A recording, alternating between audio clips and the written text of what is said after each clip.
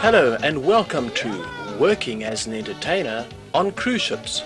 My name's Wolfgang Riebe, and on this tape I'm going to be giving you all the advice and background and everything else you need to prepare you for your first contract on cruise ships. So, the objective of the tape is to clarify the concept of cruise ship entertainment and to supply many valuable hints and tips which are more than often overlooked, and lastly, to better prepare new entertainers as to what they can expect and should prepare for on a new cruise ship.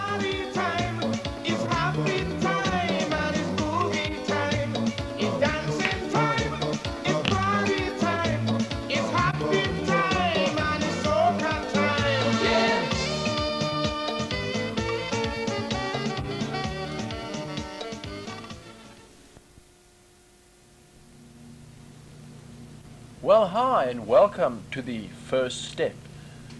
At this stage of the tape, let's talk about getting booked. How do you get onto a cruise line? Well, I'm busy reading one of these theatre newspapers, right? The Stage and Television Today, which is the British one.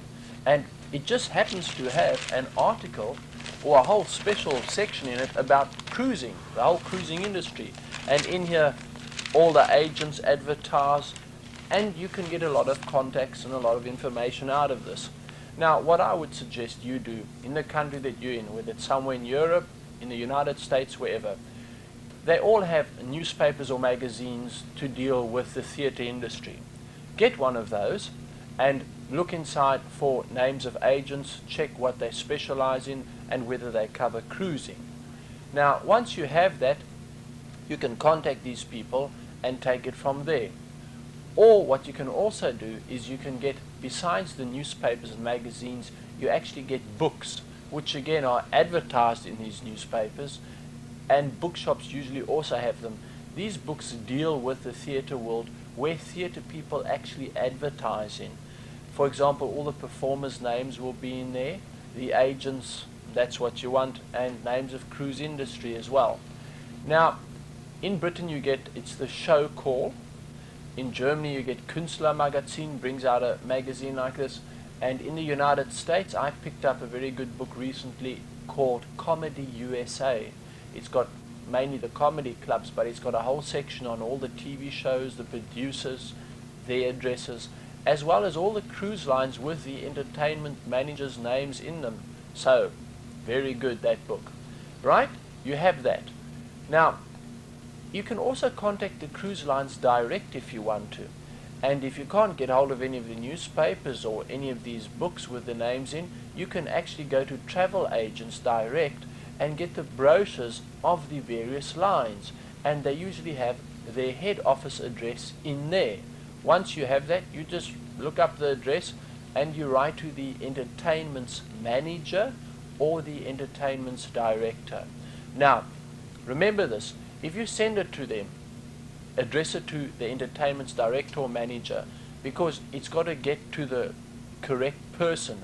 What happens usually when things aren't labeled properly, the letter arrives at the incoming mail department, and from there, who knows what happens with it, right? So remember that. Now, it's been sent there. You now have got to send certain things to your agent or the cruise line, whoever you're going to approach for the work. First thing you've got to do is you've got to sell yourself to these people. So you need some promotional material. My advice, get yourself a promotional video cassette, because promotional video is in. You need video. What you've got to do as well, the video's got to be about 7 to 10 minutes long. People today, when they watch a promotional tape, they want to be impressed. So you have to impress them within the first 3 minutes. And think about watching television, and when they whet your appetite for a future movie coming on or a future program, they give you little extracts, right? Little pieces. And that's what you want to do with a tape. The promo must be bits and pieces, highlights of your show. And the first 3 minutes must be especially dynamic, so that when the person watches, wow, wow, wow, wow, that's it, and you've impressed them. At the end of the 10-minute tape, you can say, now my whole show is on, if you would like to watch the whole show, because by then they will be interested or not, and then they can watch it. So that's a very good tip. Bear that in mind. Another thing that is very important is that you've got to check with them what are the flight details when you are booked. Now, normally when you're within one country and the ship leaves from that country, now let's say you live in the United States and you've been booked on a ship that's leaving from Miami or from Los Angeles. Some companies don't pay the flight to that city because you're living in the country, right? They expect you to get there by your own. It's the same in Britain. If you live there and the boat leaves from Southampton, you've got to get to Southampton. However, other companies pay your flights there. Do check that. If it's an international flight, if you live in Europe somewhere and the ship is leaving from the Caribbean, obviously they fly you right there. Check that. Also, you've got to find out, sometimes when you arrive at the port where the ship is, you arrive at the airport, sometimes they have a port agent there representing the company with a little flag, a little sign, I'm from this company. You go there, he checks your name, ticks you off, takes you to the ship. Sometimes that isn't the case. Sometimes you have to get your own way there. So make sure you have enough money to pay a taxi fare to get to the ship in that right currency. Remember that. One final point here now is, before you go onto a ship, have the right visas. Now, visas are very important, and your passport will start looking very cluttered after a while with all sorts of little things in it, right? Even though I've got a European passport, but even though you may have a British one, an American one, it doesn't mean that you don't need visas for certain places. There are countries that everybody needs visas for. If you haven't got a visa and you're on the ship and you dock there, they will not let you off. If you do happen to get off and you're not allowed to go off, right, and they catch you, the port authorities, you can get arrested, the ship can get fined, and it sounds silly, maybe obvious. Remember that. It's very important. You don't want to get caught with something like that, and you don't want to have the cruise company have the problem of getting your visas for you. It's just a bit of professionalism. Sort it out. Don't make your problem other people's problems. So, now, first step is to get booked, either through an agent or go direct to the cruise line. Check with the flight details, what they pay, where they fly you to, etc., etc. Make sure you have the visas. Now I'm going to cover what happens when you get to the ship. There you stand with your luggage. What do you do now? Let me just carry on reading so long.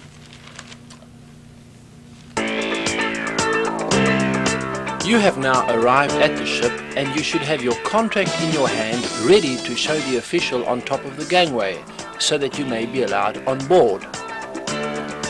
Once you get on board the ship, you have to go directly to the purser's office. On land, this would be known as an information desk. All ships have a purser's office. They will direct you to the cruise director's office. The cruise director is your boss and will show you where your cabin is. Whether you're a dancer, a singer, a comedian or a musician. You can either have your cabin down amongst the crew or up with the passengers. This all depends on your status.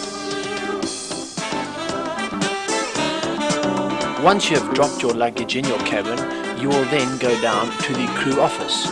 They are open on turnaround day only for new joiners and people leaving the ship. Here you will fill out documentation and give details re customs and your personal details. Once you have done this, you'll be told where to go and do emergency drills. As anything can happen on a ship, you will have to know what to do in an emergency situation. So you will be taught all the necessary things to do. In a passenger cabin, you may have a sign at the back of the door telling you where to muster. If you're in a crew cabin, there will be a general notice board. These signs will tell you how to put on your life jacket, and life jackets can either be in your cupboard, under the bed, or behind the door. In this case, it's in the cupboard. These are all the things that you'll be told initially when joining the ship within the first day.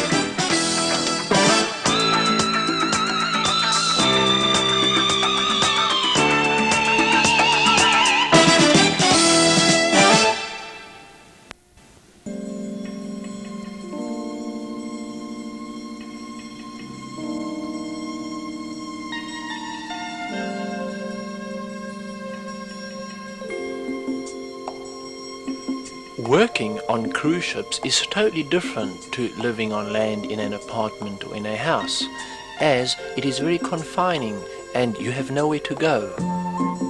No matter how large or small the ship, after a while one tends to become confined. This is something you have to bear in mind.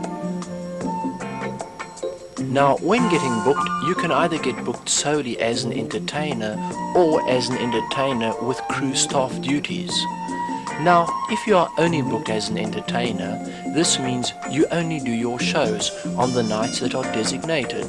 The rest of the time is yours.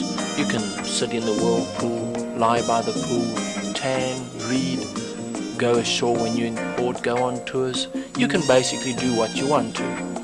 This all sounds very exotic and very nice, but remember that too much of a good thing can also be bad for you. So if you have got all that time free, make sure you use your time constructively. You can also get booked as an entertainer with crew staff duties, where you have duties on the ship. Now, these can range from assisting people on and off buses when they go on tours, sitting at information desks and answering questions, or even helping on the gangway and checking passes when people come onto the boat. Some port days you would have in-port manning duties where you couldn't go ashore and would have to attend to activities on the ship, help people with games, for example golf, ping pong, arrange the games as well as do things like play bingo with the passengers during the day.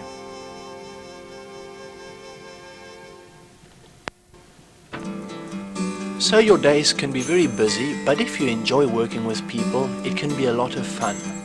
Now, if you are only an entertainer and only do your shows, you will most probably get a passenger cabin with your own television, and it's fairly spacious, but still, compared to on land, very small. The bathrooms are usually small, and very occasionally, now this is very rarely, that you will have a bath, mostly a shower. What you see now is more or less a passenger cabin. However, some of the crew cabins can be really small, and you share these with other people.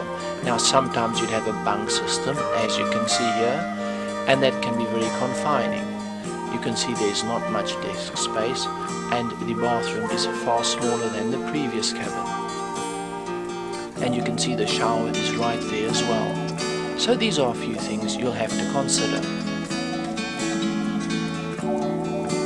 So let's recap again. If you get booked only as a guest entertainer, there are no duties, you have a passenger cabin and your day is free. And very important, you usually are not covered for any medical expenses. However, if you are crew staff and entertainer, you have the medical expenses, but you also have duties, you have a crew cabin, and you do daytime activities.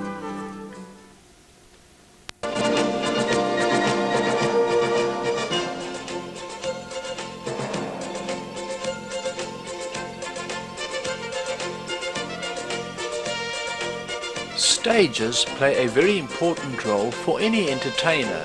Now I'm going to show you two different kinds of stages, which I believe are an average of what you will find on the average sized cruise ship.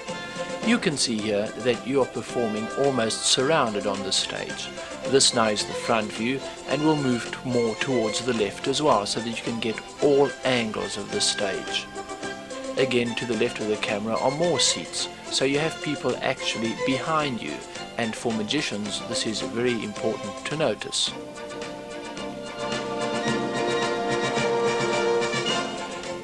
As this stage is to one side of the room, it looks straight out the windows, so you can see the light shining in is almost as bright as a spotlight and blinding. So, should you ever do any show during the day, the curtains most definitely have to be closed. And even in the evenings, if you are sailing somewhere in the northern hemisphere, you have night light, so that could also affect the show. And people tend to look out of the windows, so whatever happens, the curtains should be closed. Now if you're standing on stage and facing the bandstand, let's move clockwise. That's 1 o'clock, that's 3 o'clock, 6 o'clock, 8 o'clock, 10 o'clock, and 11 o'clock and moving up. So you've gone right around the stage, standing on it. That gives you an idea of the kind of view you have and how the seats are spread, so you can even mingle with the audience during the show. Lighting wise, it's very basic. You have one row of lights there with different colored jowls in them.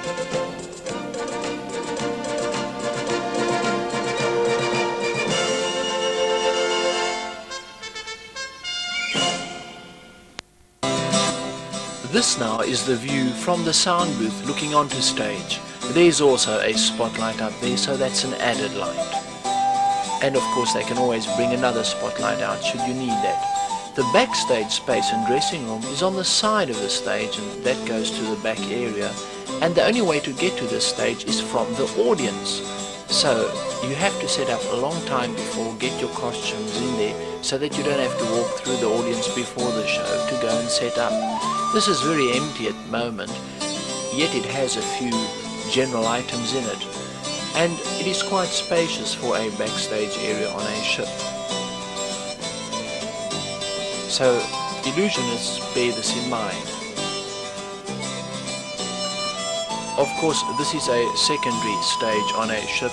The first stage, the main showroom stage, would have a better dressing room at the back of it anyway. But you could even expect this on some ships. This is to give you a basic idea and prepare you for the eventuality of the worst happening.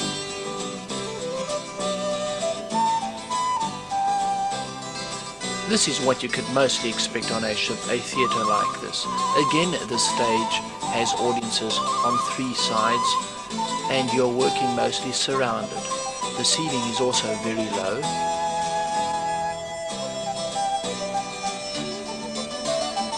This is now the view from the sound booth, which again is at the other end of the show lounge, so that the production manager can monitor the lights and the sound.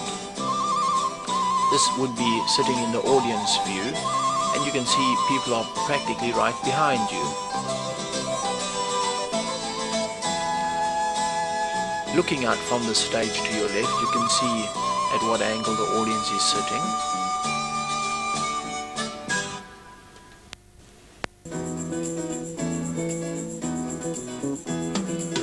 As you can see, the theatre holds quite a lot of people. This one holds on average about 500.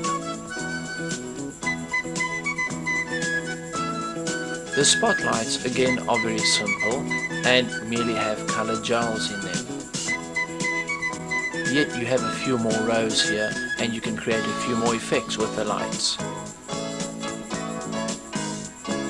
This stage has very little backstage space, as you can see there. And there are a lot of steps everywhere, so with any props with wheels on, or any props for that matter, it causes a problem. Now to the left here you can see there's a little lockable area, but it is full of general props already.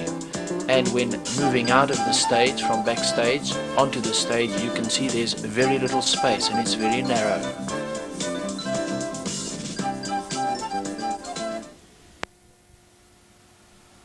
Well, that should give you an idea of what you can expect from an average stage on a cruise ship.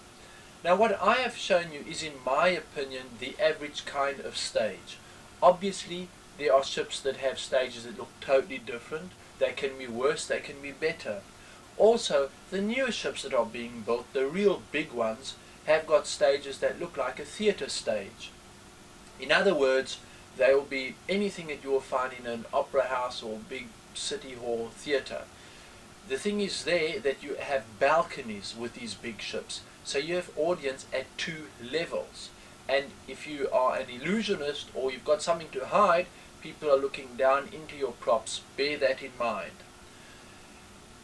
I also feel that the stages that I've shown you are a true indication of what to expect, because you have audiences on three sides always, and the first stage I showed you there are even people towards the back of you. So it's important to play the audience completely, to turn around, to look at everyone. If you're a singer or comedian, the smaller the stage, the more cozy it is, and you can actually go into the audience and communicate quite nicely with them. Lighting wise, you've seen that the lighting is very basic. The lighting is good, they're all different color lights, and you can create some very nice effects. They might have one or two special lights as well for some of their production and review shows, but in general I wouldn't go onto a ship expecting laser lighting and weird things like that. That is very unlikely. Again, you may find the exception as well. Microphone wise, you'd find any microphone you'd find anywhere else. Basically the one with the wire cable microphone and a wireless microphone, a remote microphone. Mostly the wireless microphones are used, but again some people prefer, I would say it's more the comedians prefer to have a microphone with a cable, and they have those as well. Backstage space. I did show you a section of backstage space, and you can see that in both cases there's not really that much space. The first stage I showed you had quite a big room there. It was fairly empty, but it was cluttered with a lot of unnecessary things maybe, but things that have no other place to go. In general, this is a problem on ships. If you have an act that involves any props of any sort, again I would refer to an illusionist or magician, even some speciality act, whether it be a balancing act or juggling act. You might have a lot of bigger props. It's not that easy to store the things. Make sure before you go on a ship that you know exactly what is available.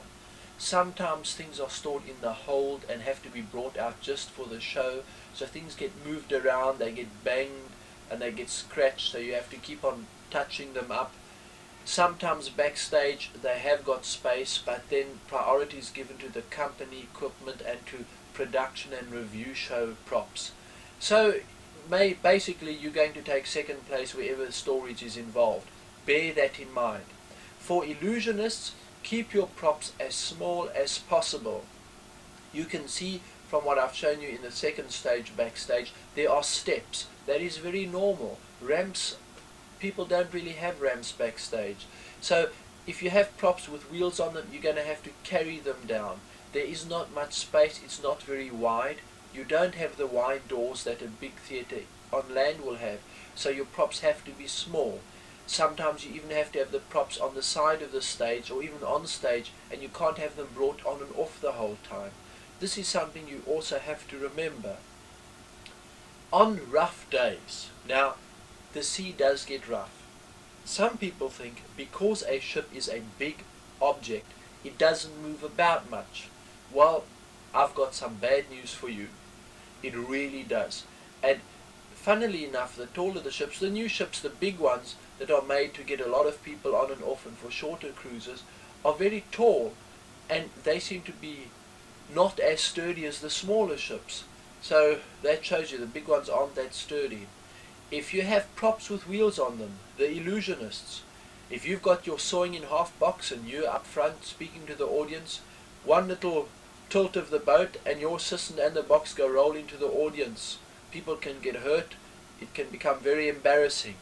So what do? Get lockable casters. In other words, lockable wheels. If you cannot find them, then you get yourself a door stop which you can put on the side of the box and just lower down, and it hooks onto the floor. It's got like a rubber stopper, so it prevents the box from moving. This is very important. People don't realize how much a ship can move. What can also happen is if you are a speciality act, even if you're a singer and you're doing just cabaret, when they have production shows on the ships. Now, a production show is a show which includes Broadway musicals, West End musicals, the dancers do dance routines, a big review show. If it's too rocky and the boat is tilting too much, the dancers are going to hurt themselves, break an ankle or a leg, so there's no dancing, no show. This can be cancelled within an hour before the show must commence, and then they could always ask you as a separate individual act to stand in. So bear that in mind on rough days, that you could be asked to stand in for somebody who cannot perform in rough weather. That is important to remember. It's already quite a mouthful, isn't it? Animals, big problem. If you work with animals, I seem to be just working for the magicians here, but anyway, there are also acts which involve other animals besides doves and rabbits. Each country has different agricultural and fishery rules. if you try to immigrate to some countries or go and live in another country and you have pets, some of these countries you have to leave your pets in quarantine for 6 months before you can take them home. So now imagine on a ship with an animal going from port to port. That is going to create problems. There is an incredible amount of paperwork, and not just for yourself but for the ship's office as well. So the company, the ship's company, the purser's office, they have to deal with all these papers as well. And each port you come into, there are going to be queries about the animals and have they got all their quarantines and vaccines, etc., etc. Think about that. There are people who bring animals on ships, but it is a lot of extra hassle. Besides that, where do you keep them? There's no place on the ships to keep them. You can't really keep them outside because it gets cold. Some of the ships do runs like Alaska, the Baltic. It can get cold, right? Bear that in mind. So the only place you can really keep the animals is maybe backstage if there is space, which 80% of the time no ways, or in your cabin. Now, whatever the animals, imagine a magician with his doves in his cabin, all the feathers everywhere, and the cabins are very small, as you can see. It's a problem. Think of that. These are all things which maybe when I mention them you think they're silly or they're obvious, but when you're in the situation, then you're going to think back of the words. So animals, that's a very important point. What about when you get on the ship and you've met your cruise director? Who else is important in the entertainment line, in the entertainment department? You have your band master and your stage manager, stage or production manager. Your band master is in charge of the band. Now, whether you're a singer or a comedian who does 1 or 2 songs in the act as well, anything where you have music, ships have orchestras. All your music has to be written on a sheet. You have to have music written, they call them scores or sheet music, whatever. Remember that. So when you go onto a ship, the first thing you do is you meet with the bandmaster and with the stage manager, and you arrange with the bandmaster when to go and rehearse the music. Because if you're singing, obviously you need to go through the music, the tempo, etc., etc. The stage manager will also be present for that, and then at that time he will go through your lighting requirements and your sound requirements. You will have to test the levels of the microphone, if you're singing or talking, whatever. Now, a point you should remember is when you rehearse, you can't just state the time you want to rehearse. As the show lounges don't just have the shows in them, but during the day there are daily functions like bingo or certain games or activities, whatever. So the main time that you can rehearse is when the passengers go to sleep, after midnight. And midnight rehearsals are a lot of fun. Not so? Remember that. What can also happen is you can maybe squeeze in a bit of rehearsal in between the daily events, or sometimes when a ship is in port there is not much happening in the show lounge. However, you are limited for time. Bear that in mind as well. Rehearsals can be problematic, so always plan well ahead and have ample time for rehearsals. When you rehearse, when you're singing, remember there's nobody in the theatre or in the showroom, so your sound level on your mic will be one, but when you do it with audience it'll be something totally different. Consider that. So when you're singing, you must remember when you're rehearsing it might have to be put a little bit louder. So don't jump down the stage manager's throat when it's not as loud and he's put it at the level you said, but there weren't audience present when you rehearsed. Right? That is also important. The stage manager and bandmaster, they can make or break your show for you, so it's good to be on a good footing with them. As I said, your music must be written on a sheet music, so the orchestra can read it. You're looking at, I'd say, anything from a 4 to 7 piece band. Some of the production shows, now some ships have production or review shows, as I mentioned earlier, with Broadway and West End hits in them, with dancers doing routines, and as a singer you would sing some of those songs. You'd be one of the main stars in the show at least. Now that music is done to a click track on some ships. It's pre-recorded, so only some of the sounds, and then the orchestra backs it up, so it still has the live sound, but it is pre-recorded as well. that's just something you should consider. Production shows form part of your entertainment program if you are a dancer or a singer. Now let me cover how many shows you do and what you can expect to do. Let me just talk about the singers first. If you are booked on the ship to do solely cabaret spots, in other words just do cabaret singing, that's one thing. But a lot of ships book they call them a female guest entertainer or the male guest entertainer for the male or female singers. They book you to take part in the production shows where you play a lead role, plus you do some of cabaret spots as well. Now any act, whether it's a speciality act, comedian, magician, cabaret act, as in a singer, you would have to know 3 good shows at least. Cruises vary in length, so depending on the length, it will depend on the amount of shows you do and the length of your shows. But 3 40-minute acts should be the minimum that you know, and it must all be high-powered, good stuff. Sometimes you'll find that you get booked only to do 2 shows a cruise, if it's, for example, a 7-day cruise, and you might do 10 minutes in one show and 20 minutes in the other, and that's it. That all depends on the line and the situation. Cruises vary. You can get a 3-day cruise, a 7-day cruise, 10 days, 12 days, 14 days. You can get a world cruise. This will now tell you how many shows you must do. But this is also something you should confirm with the agent or the line before you get onto the ship. Plan to have good shows. If you're going to do 3 shows, you can maybe have the middle show not as high powered as the rest, but still must be excellent quality. So the first show must knock them out. Second show, hey, that was great. And the last show, wow, because you want to open with a great impression and leave them with a great impression. You must also remember that, for example, the cruise directors have to fit you into their schedule. So sometimes they cannot put you in with your complete 40-minute show. Now, a lot of entertainers plan shows. If you look at a scale, a graph, starts high, goes down, goes up, and finishes high. You've planned that in 40 minutes. Now, suddenly the cruise director says, listen, tonight you only do 15 minutes. You go, what? I've got to rearrange the whole show. What can I start open with? Be prepared for that, plan for that before you get onto a ship. That is important. And it does happen. That's part of ship life.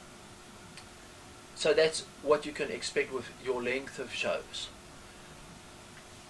The types of shows that you can give. Now, what I mean by the types is what can you get away with? And by that I'm talking about, can you tell jokes? What kind of jokes can you tell? I'm now looking more at the comedians here. You have to remember that on cruise ships you're dealing with a total different audience to on land. Cruises from about 10 days and onwards, let's say even from 7 days and onwards, elderly people attend these cruises. They come on these cruises. You're looking at people that have retired, right? Now these people paid a lot of money to come on, and you cannot do dirty material. Your act must be clean. Everybody will stress that to you, and you'll think, now what's wrong? Even two-meaning material, it must be clean. Two-meaning material, if you have something that's like really, really borderline, don't even use it. It must be so subtle if you use anything. And what I found is the older the comedian, if you get a comedian, a gentleman in his 40s, 50s, he can get away with more than a comedian of 25 or 30 can. Remember that as well. That may sound strange to you, but because you're dealing with retirement age people on the ship, they relate more to an older person on the stage as far as the jokes are concerned. Don't come on as a young fellow and ha ha ha ha ha. It won't go down so well. It's a total different cup of tea performing on a cruise line as to performing on land. The longer the cruise, the older the people. Short cruises, 3-day cruises, 4-day cruises, even up to 7-day cruises, you'll get the working people who can only take a little bit of time off. So there you can expect anything from 30 right up to retirement age. But as soon as you're talking world cruises, 10-day, 2-week cruises, you're talking retirement age onwards. Now, the reason I mention that as well is elderly people are not as energetic as young people. If you go on a cruise with the young people, midnight everybody's partying, they're in the disco, they're full of life. On a cruise that is 10 days and longer with elderly people, by midnight there's nobody around. And these people come on the ship to relax, they don't want to be hassled, and they've paid a lot of money, they want to enjoy themselves. As is, there are a lot of activities during the day, and they even go on tour. When the ship is in port, they might go on a 6-hour tour in port. When they come back, they're exhausted. They might lie on the beaches on some exotic island, and in the sun, they're tired. So at night, when it's time for your show and everybody else's show, half of them have gone to bed, so you're not going to get a full house. Those that are there, most of them are tired. You'll have people falling asleep in your show. You'll go, oh, my act's not good anymore. Not at all. It's the people are older, they're more tired. In fact, you should appreciate the fact they've made the effort to come and watch the show. Always be very warm to them. And if somebody falls asleep, don't go and take the mickey out of him. Just leave them, don't say anything. If they start snoring, okay, fair enough, you can make a comment. But I mean, it doesn't happen often, but it can happen because it's an elderly crowd. So bear that in mind, don't hold grudges against anyone. Also, be very warm and open to the people. When you see them on the ship, when you're not performing, when you walk around, always say hello, how are you? Be nice to them. Otherwise, don't work the ships, because you've got to mix with the people. You've got to be very sociable. Now, another good reason to be sociable is there are comment cards at the end of every cruise, and people have to write down what they think of the ship, the accommodation, the food, and the entertainers. So if you were rude and not very nice, you're not going to last one cruise on a ship. Think about that. As far as comment cards are concerned, some companies have the comment cards where they only ask the question, what did you think of the entertainment? And you tick excellent, good, fair, average, bad, poor, worse, whatever. Other lines actually mention the names of each entertainer. You've got to say, what did you think of so-and-so, John Doe, Joe Bloggins, whatever, and they compare. Now, both methods have got their pros and cons. If you're looking at entertainment in general, one person may not like one act and then slag all the entertainment and say it was poor, which is unfair. Whereas if you're looking at having each and everybody's name on the comment form, all the entertainers, it causes a lot of rivalry amongst the entertainers. Everybody wants to get better comments than everybody else, and you'll find that people will associate your face with another name. Maybe they didn't like the other person and mark you poor, and the person they didn't like they think is you and mark that person excellent. So these are things you've got to think of as well. It's important, and it plays an important role to socialize with the passengers. Say hi, sit with them, chat with them, and this all comes back on the comment cards at the end of the day as well. And a lot of companies keep you booked on that. You know, they maintain, well, if the comments are good, then it's okay. So whether your act is average or whether it's excellent, as long as you socialize and the people like you, the bottom line is you've got to make the company look good. The people must like you, the people must come back, they must rave about you. As long as that comes across in the comment cards, you're well on your way to the road of success working on cruise ships. One other item, a bonus item, cassette tape and videotape sales. As a musician, you may, as a singer, also as a musician, a specialty musician act playing a piano or a harp or a harmonica, a singer, even as a comedian, you may be interested to know that on some lines you are allowed to sell cassette tapes of your act, or videotapes, or both. Now, some lines only let you sell cassette tapes and not videos. Others let you sell both. This you should only inquire about when you are on the ship. To inquire about it before your contract begins looks a bit tacky.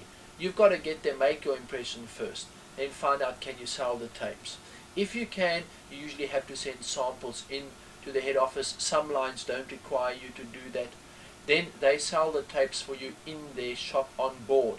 Again, some lines take a commission, some don't. This is something you have to find out. It is only a perk which is given to the entertainers. It can bring in added income, then again it may bring in hardly anything. but it's something you should bear in mind. Now, I think I've covered everything over here now, and what I think I've done is I've given you a basic idea of what to expect on the ship as far as your entertainment goes. You will also find that at the beginning of each cruise, the cruise director will send you a schedule saying which nights you are on. Now, on every ship, they also have what is known as a daily program. Some ships might call it a patter, some call it a daily program, and it gets put in the cabin every night for the passengers, and it's written on there exactly what is happening during the day and where. Compare this to your schedule that you get before the cruise starts. Sometimes things can be cancelled, sometimes the cruise director has to change things around, so don't just go on what your schedule says. Check every night before when you are on in the daily program. That is very important. A lot of the other things you'll find out once you are there, but basically what I'm trying to do here is to prepare you and give you just those few tips you need so that you know what to expect when you start on your first cruise. That covers about as much as I need to tell you at present about entertainment details. This section I'm going to finish now, and then we're going to start with life on board. So I'll see you now.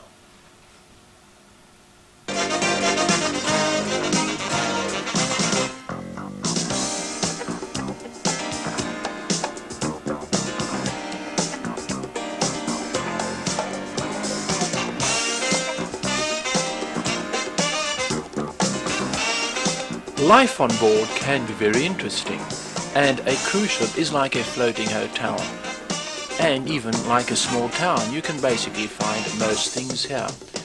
These shops on board, as a crew member, you usually get certain discounts. Some lines may not give you the discounts, other lines will. This is also something you will have to check before getting onto the ship. You can get some basic necessities, but mainly it is the tourist type of items in these shops.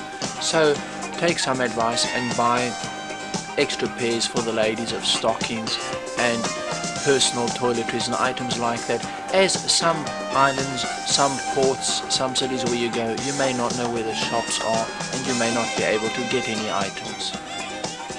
Besides the shops on board, you have various activities. You can go into the card room and play games. They have all sorts of games available for the passengers.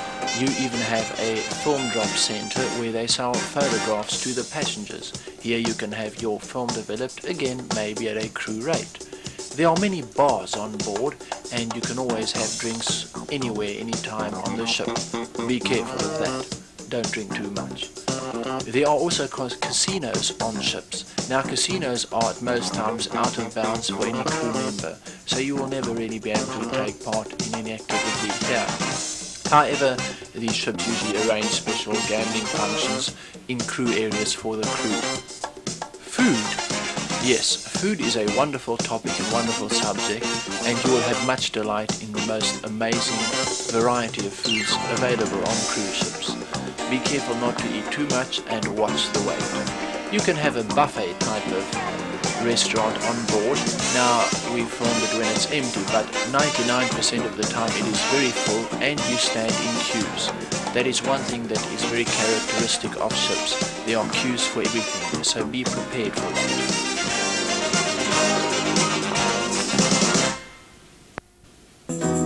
As far as the eating go, make sure you know your etiquette and how to hold the cutlery, etc., etc. These are all natural things you should know, but they need mentioning at times as well. You can also eat outside, by the pool or just in general in the open. This is really wonderful. It's very nice and it creates a nice spirit when working on the ship. Dining rooms, well, they're very interesting because people are always standing outside and queuing quite a few minutes beforehand, and when the doors open, everyone rushes in, and you as a staff member should wait till everyone's in and go in last. If you are booked as a guest entertainer, you will have to tip the waiters and the busboys, so confirm this as well before going onto the ship and make sure that you know what the rates are that you are required to tip. But if you have passenger status, you should give passenger type tips.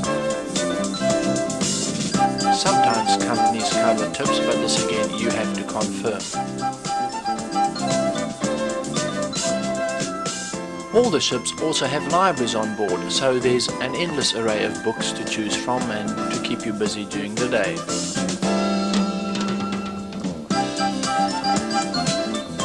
And should reading not be your forte, you can do some laundry.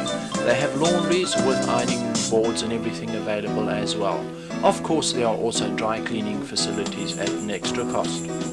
Your bedroom steward who cleans your room, does your bed, cleans the bathroom, also has to be tipped, so this is something you have to confirm beforehand as well, as far as the rates are concerned. Now, to work off all that extra food, there's a gymnasium on board. Again, passengers get priority, but of course, when it's empty, you are free to use it.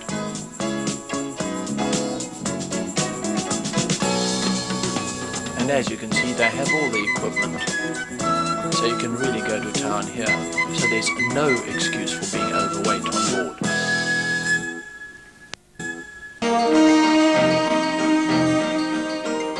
Should you enjoy video games, many of ships also have youth centres, so there'll be one or two games available.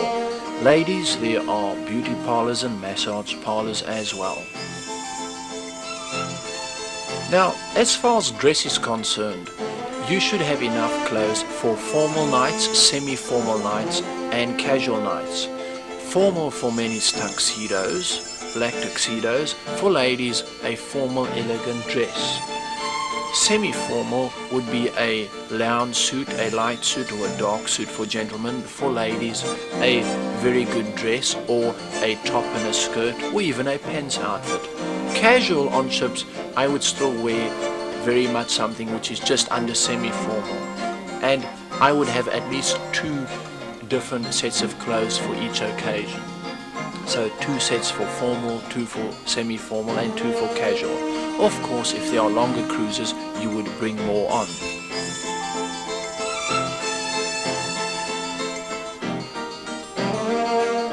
Well, that's given you an idea of what happens on a cruise ship. I trust that this video cassette has been very informative and will help you on your first cruise, and I trust that we may meet sometime somewhere on one of the ships. From me, Wolfgang Riebe, thanks very much and enjoy your life on board cruise ships.